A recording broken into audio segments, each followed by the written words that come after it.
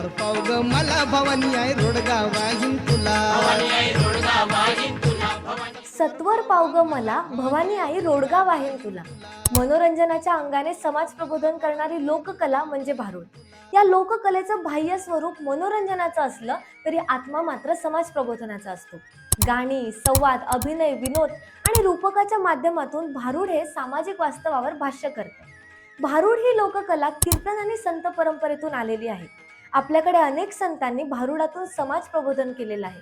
एकनाथी भारुड हे सामाजिक प्रबोधनाच्या अंगाने प्रभावी ठरलेलं आहे. एकनाथी भारुडामध्ये वेगवेगळ्या रूपकांचा आधार घेऊन सामाजिक वास्तवावर भाष्य केलं आहे.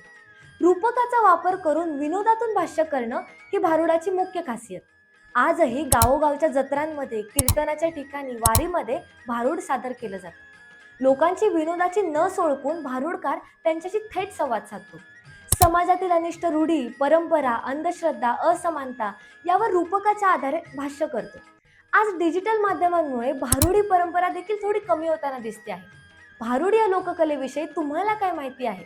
तसेच या लोककलेविषयी तुमचं काय मत आहे ते नक्की कळवा.